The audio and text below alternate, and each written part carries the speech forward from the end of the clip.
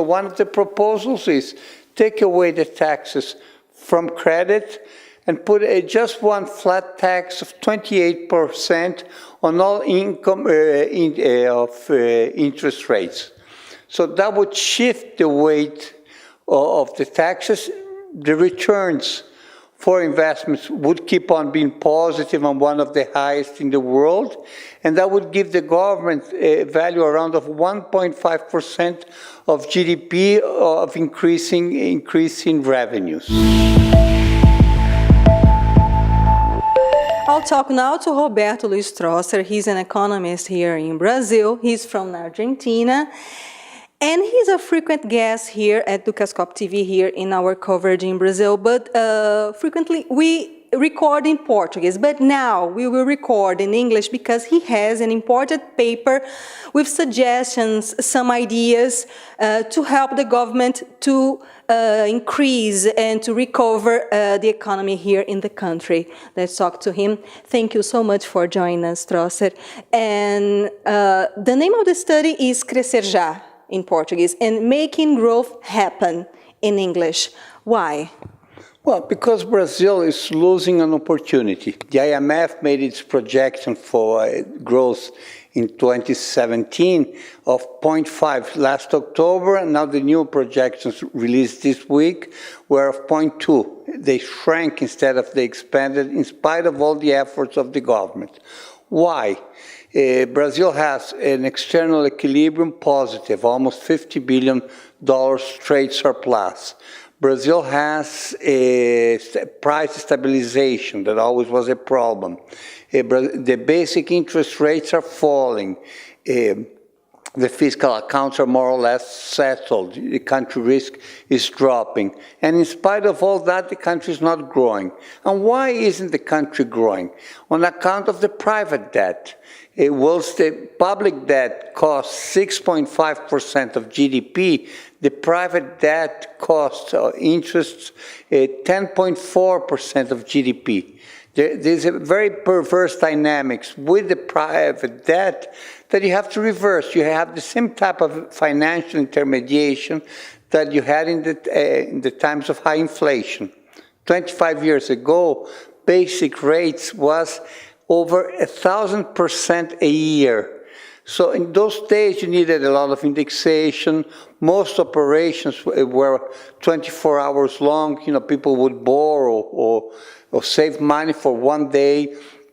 You had a financial structure that was very good to preserve the financial system, to preserve national currency, and the country survived. You know, the financial system survived, and after stabilization, you didn't change the financial intermediation. So what happens? You have a credit to GDP ratio of 0.5 and dropping. You know, it's half of its potential, and it's dropping. So what do you have to do? Or what is the basic idea? First, to remove all those inflationary regulations. For example, at those times you would tax credit and you would subsidize investments. Why? Because you wanted people not to buy foreign currency or buy real estate. So how did you do that? If you made an investment, taxes were relatively low. If you borrowed credit because there was a loss in money value, what would you do? You would tax it. So now you have come to some situation that has no parallel elsewhere in the world. If you make a credit operation, you have to pay taxes. For some investments, you pay no taxes. So you have to correct that. Second, in Brazil, if you work, you pay from 0, depending on your income level, up to 27.5% in taxes. If you're a producer, depending on the good you're producing, you pay over, in some cases, over 50% of taxes. But if you are a financial investor, the most you pay is 22.5%. You know, you have to correct that. So one of the proposals is take away the taxes from credit and put just one flat tax of 28% on all income interest rates. So that would shift the weight of the taxes. the returns for investments would keep on being positive and one of the highest in the world, and that would give the government a value around of 1.5% of GDP of increasing revenues. The second thing, you have a problem that's a dynamic of credit. What's the problem? It's what we call a perverse equilibrium. When does it happen, a perverse equilibrium? I'll make an analogy in fishing. Suppose everyone fishes around the lake in Geneva, and then fish start getting smaller. If you narrow the net, if one of two fishers start narrowing the net, what will happen? They will fish more than the others. What do the others have to do? Do the same thing. If you keep on like that, there will be no fishes in the lake after some time. With credit happens the same thing. You have some interest rates rising.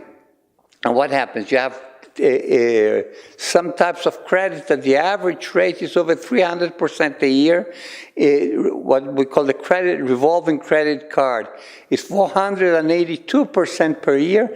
And there are some banks that charge, some financial institutions that charge over 800% a year. Why do they do that? Because the delinquency rates are very high.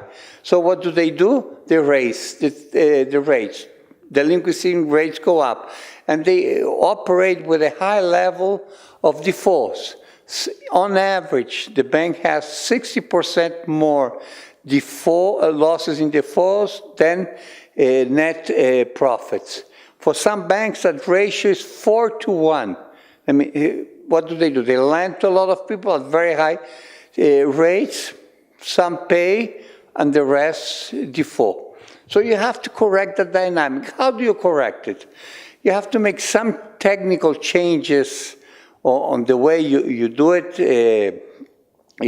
And then the second thing, you do what we call a debt consolidation for all debtors.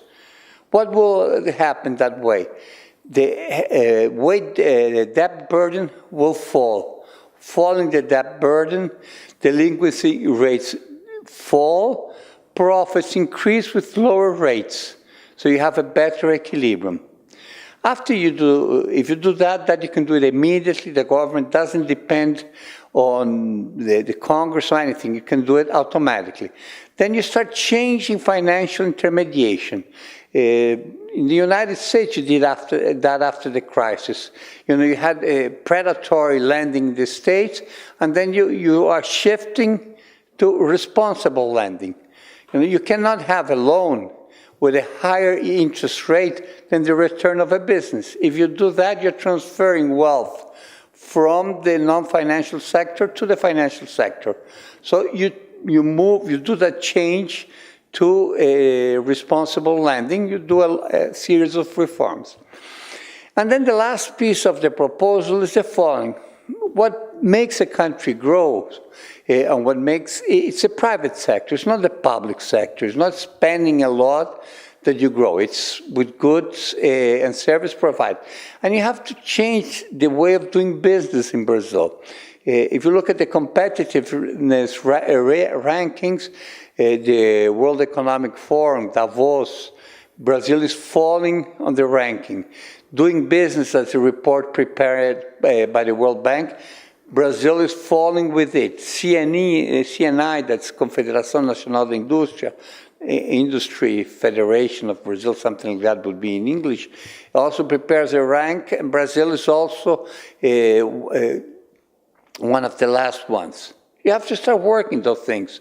Why is it so difficult to open an enterprise in Brazil? While in some countries that takes a day or 2 days or 3 days, here it takes 3 or 4 months. A working permit, you have to start thinking how to make good regulations efficient. It's not less regulations, it's better regulations.